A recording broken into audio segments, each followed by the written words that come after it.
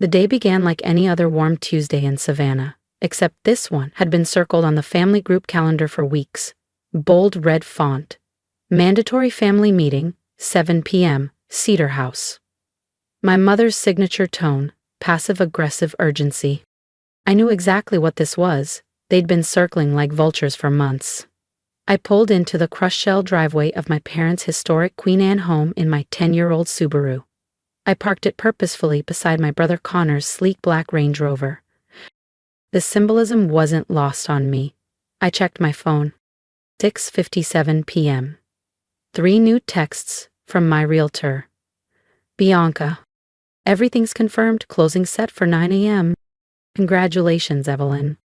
I allowed myself a quiet smile, slipped the phone into my handbag, and approached the double porch doors I'd once run through barefoot as a kid. Before I could knock, the door opened. There stood my mother, Margaret Carter. Immaculate, icy, inspecting my outfit like it was a problem to solve. Her eyes swept over my cotton dress and practical sandals. "You're cutting it close," she said. "Good evening to you too, Mom." The parlor was already full. My father, pretending to be engrossed in The Economist, didn't look up. Connor sat stretched across the fainting couch like it was his throne. His wife, Paige, offered a tight smile without making eye contact. Connor muttered without turning his head, "Didn't think you'd show." I took the rigid upright chair, of course, the one that faced everyone. Margaret moved to the center of the room like a senator delivering bad news. "Now that we're all assembled," she began, "we need to talk about Evelyn's situation." That word again. Situation. That's what they called my leap of faith. Leaving a 6-figure corporate job to build something of my own. They saw failure, I saw foundation. Mom continued, her words honed and cold. "We understood you needed to get this entrepreneurial phase out of your system." She said it like I'd contracted something shameful. "But it's gone on long enough. You're becoming an embarrassment to this family." I stayed quiet. Emotion in this house was weakness, and weakness, blood in the water. "The charity gala's in 3 weeks," Connor's wife Paige added casually. "Everyone keeps asking what you do now. It's getting awkward having to explain that my sister-in-law lives in some shoebox and drives a car with a dented bumper."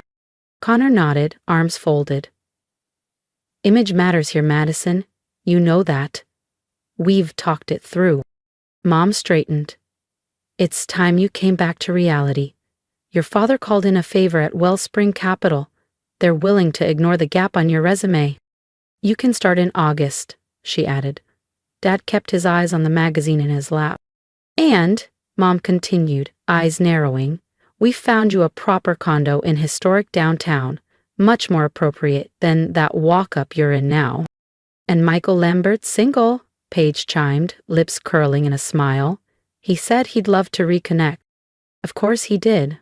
Michael, who once asked me to fund his NFT startup, I'd declined, just before it collapsed.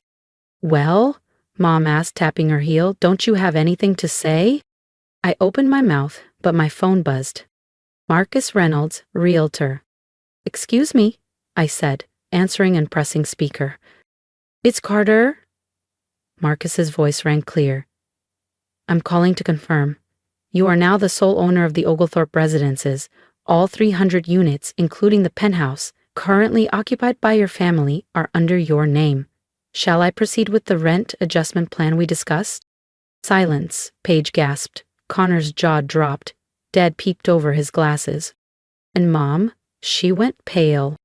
"But that's where we live," she whispered. "Yes," I replied calmly. "I know. And now I own it," I said, voice steady.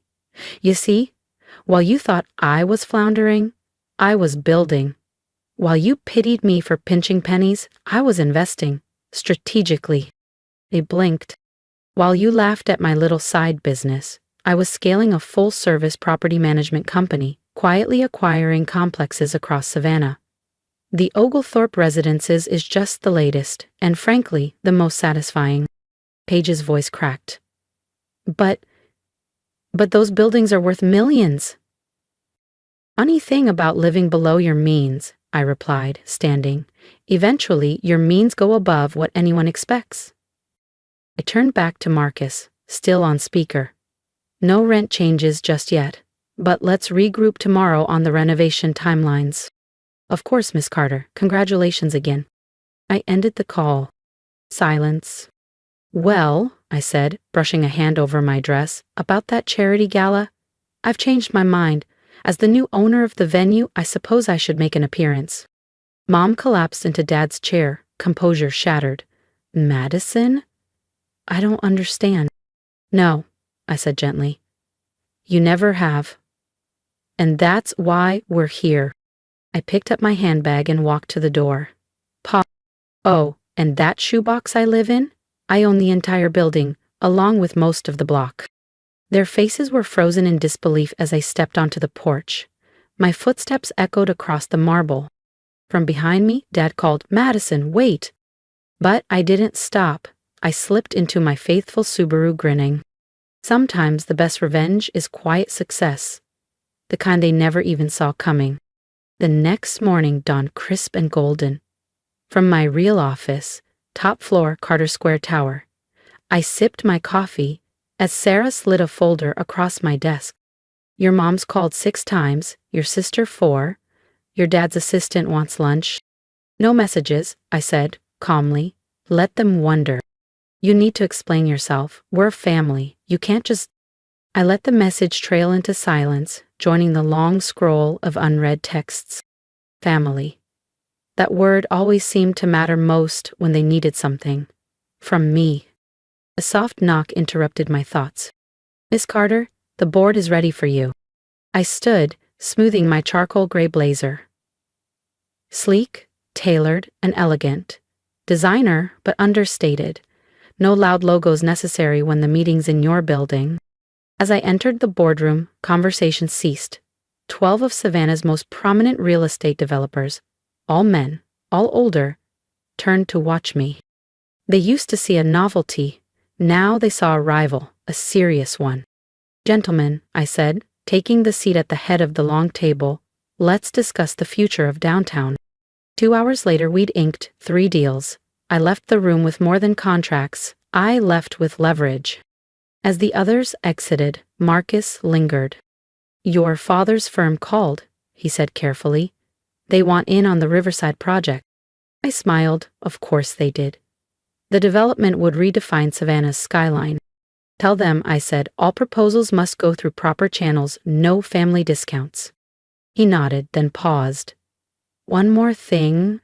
Your sister's husband, Connor, he's been asking around, trying to track your property holdings. I looked out across the city, the rooftops, the river, the streets I now owned more of than they knew. He'll only find what I allow him to. By mid-afternoon, my phone was lit up. 30 missed calls, dozens of texts, and 1 curious email. Connor to his partners. Need dirt on Madison Carter's companies, anything you can dig up. I forwarded it to legal, 1 word, watch. At 3:07, Amanda finally texted, emergency family dinner tonight, 7 p.m. You have to come. I replied, for the first time all day. Can't, board meeting, new acquisition. No such meeting, just dinner. With George Whitmore, Savannah's largest developer. The man my mother had spent years trying to meet. If you've ever been underestimated by the people who were supposed to believe in you, stick around. Madison's just getting started. Tap subscribe so you don't miss what happens when the family dinner becomes her boardroom. The restaurant was the kind of place without prices on the menu, because if you needed to ask, you didn't belong there. George Whitmore was already seated when I arrived. Madison, he said warmly, standing to greet me. I've been looking forward to this. Not every day someone builds an empire beneath my radar. I smiled as I sat, accepting the wine list from the sommelier. Sometimes the best plays are the quiet ones. He studied me, eyes thoughtful. Your family seems shocked by your success. My son, Connor, in particular, seems very eager to understand how you pulled it off. Is that so? I said, handing the list back. I thought he was only good at losing money on half-baked condo flips. George chuckled, genuinely. He's not used to being told no, or performing due diligence, or turning a profit. The sommelier poured a rich, deep red. George raised his glass. To new partnerships. I met his gaze. That depends. Are you ready to talk about the Marina District project? His eyebrow arched. You've done your homework. I make it my business to know what others miss, including your need for funding after that surprise environmental report. I may have a solution. For the next 2 hours, we discussed real business. Not country club gossip, not performative wealth. Strategy, capital. By dessert, the deal was sketched out, one that would reshape Savannah's waterfront and make us both far wealthier. His phone buzzed. He glanced at it, then smirked. Your mother just invited me to dinner next week. She insisted her brilliant daughter would be there. Let me guess, I said, rising. She meant Amanda. He nodded. Give her my regrets. I'll be in Singapore, closing another deal. He shook my hand. You built this in silence, Madison, and now they can't ignore you. Thank you, George, I had said, though honestly, I should thank them too. Being underestimated is a powerful advantage. Outside, my driver waited beside the car. Not the old Subaru my family still pictured, but a sleek black Mercedes I reserved for business meetings. As we pulled away, my phone buzzed. A message from Dad. Madison, please. We need to talk. It doesn't have to be like this. We're family. I stared at those last 2 words. Family? They kept saying it like it was a shield, a get-out-of-consequence-free card. But to me, it meant accountability they'd never shown. Opened my laptop, pulled up the lease agreements for the Oglethorpe residences. Time to review the penthouse contract, my family's unit. Business was business. I'd learned that from watching them. Ruthless when it served them. Now, the lesson belonged to me. They could have their emergency dinners. I had bigger rooms to walk into. 1 week later, I stood in my office, the sunset setting Savannah ablaze with golden light. Singapore had been a success. 3 deals closed, 2 global partners on board. But the storm was here. Sarah appeared in the doorway. They're all here. I nodded. Conference room? Yes, your mother, father, Amanda, James, and Mr. Lambert. I paused. George? No. Michael. He insisted on attending. Said it was a family interest. Of course. My mother was still matchmaking. If anything, my success had intensified her campaign. The conference room hushed as I entered. 12-foot ceilings, panoramic views, and a table I'd chosen to make a statement. Mom sat stiffly in Chanel. Dad, drained but resolved. Amanda gripped James like a flotation device. And Michael, puffed up with inherited confidence. Thank you for coming, I said, sitting at the head of the table. I understand you have concerns. Mother's lips tightened. Concerns? You vanish, ignore us, and now you're partnering with George Whitmore. This isn't like you, Madison. I raised an eyebrow. Actually, Mother, this is exactly like me. You just never paid attention. James leaned in, voice clipped. Now see here. We've been reviewing your companies, James said stiffly. Your structures are deliberately complex. Multiple holding firms, offshore accounts. What exactly are you hiding? Nothing, I replied evenly. Just protecting what's mine, a lesson I learned early. I pressed the intercom. Sarah, please send in the auditors. The double doors opened. 2 men in dark suits entered, thick folders in hand. James's complexion drained. What is this? He snapped. An internal audit, I said, of all attempted breaches into my company's systems over the past week, including your rather clumsy attempt to access our servers. I opened a folder. Section 47B of your lease at Oglethorpe Residences strictly forbids corporate espionage against the owner. That owner? Me. Amanda gasped. James, what did you do? Nothing illegal, he protested. I was protecting our family's interests. Your family's interests? I echoed coolly. Or your own? I let the silence hang. Yes, James, I know about the gambling. The failing investments, the loans, the trust fund you've been draining behind Amanda's back. Amanda turned to him, eyes wide. What is she talking about? She's twisting things, he stammered. She's jealous. Jealous. She had to crawl While you what? I cut in. Lived off Amanda's money? Squandered millions?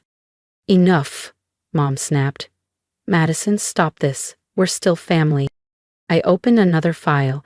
Family. Like when you pressured my tenants to terminate their leases? Or called George Whitmore to poison the marina deal? Dad finally spoke. We were trying to protect you. You don't understand how this world works. No, I said, turning to the window. You don't, not anymore. I let the silence settle before continuing. While you played your games, I built real power. The deals you failed, I closed. The clients you lost, they're mine now. Michael Lambert finally spoke. This is why we should have partnered, Madison. We could what? I turned to face him. Lose money, like you always do, I said, eyes locked on Michael. Tell me, does your father know you're here? Does he know you tried to sabotage the marina project? His face flushed. My father doesn't control me. No, I replied, but I could. His mouth opened, then closed. On call. One word about your little interference, your attempted espionage, and George would cut you off. So would your trust. Shall I make that call? He went silent. I tapped a button. A concealed screen descended from the ceiling. Let me show you something. Slides appeared. Financials, maps, developments, ownership breakdowns. This is what I built. Without inheritance, without connections, just grit, strategy. Even my mother looked rattled by the numbers. The Oglethorpe? I continued. That was just the start. I now own over half the commercial square footage in Savannah's business district. 3 luxury residential properties, the riverfront development, and yes, George Whitmore's marina project. Amanda's voice was small. But why keep it secret? Why let us think you were failing? I looked at her, really looked. Past the polished exterior, I saw it. Not envy, fear of what I now represented, and what she might lose. Because you needed to see the truth, I said. Not just about me, but about yourselves, how quickly you dismissed me, how easily you defined success by image, by rules that never fit me. I sat down and opened a final folder. Now we decide. The Oglethorpe leases are up. James is disqualified. He voided his contract. I slid documents across the table. For the rest of you, new leases. Market rate, no exceptions. You wouldn't evict your own family, Mom whispered. No, I said. I'm giving you a choice. Stay, but treat me like family. Real family, not a pawn, not a project. An equal. Silence. Just the sound of pages turning. Amanda, I said gently, there's a position open at Carter Holdings, Vice President of Client Relations. You're more than qualified. I met her eyes. And more importantly, you're smarter than the small box James and our parents kept you in. The role is yours, if you want it. James opened his mouth to protest, but Amanda lifted a hand. I want to hear more. I nodded, then turned to Dad. Goldman isn't the only game in town. My international division could use someone with your background. As a consultant, not a controller. He picked up the contract, studying it slowly. And Mother, I added, a small smile playing at my lips. The charity gala you adore. The venue's paid for, permanently. A gift. From one businesswoman to another. She blinked, clearly shaken, fingers brushing her immaculate makeup. James, Michael. There's the door. Your security passes have been revoked. They rose, voices rising in protest, but my security team was already waiting, calm, professional. The rest of you have 24 hours to decide. Not about jobs or leases, but about the kind of family we want to be. The kind that builds, or the kind that destroys. I gathered my papers. I have a dinner meeting with George Whitmore. Amanda, if you're interested, join us. We'll go over details. As I reached the door, I heard a chair scrape. "I'll get my coat," Amanda said quietly. "Madison," my mother called after me. "Wait, that old car, the Honda, was that just for show?" I paused, turned. "No, that's my car." Because success isn't about what you drive. It's about what you build. The next morning, Sarah met me with coffee. "Amanda, accepted. Your dad's reviewing the contract, and your mother's in the lobby. Says she wants to learn." I smiled.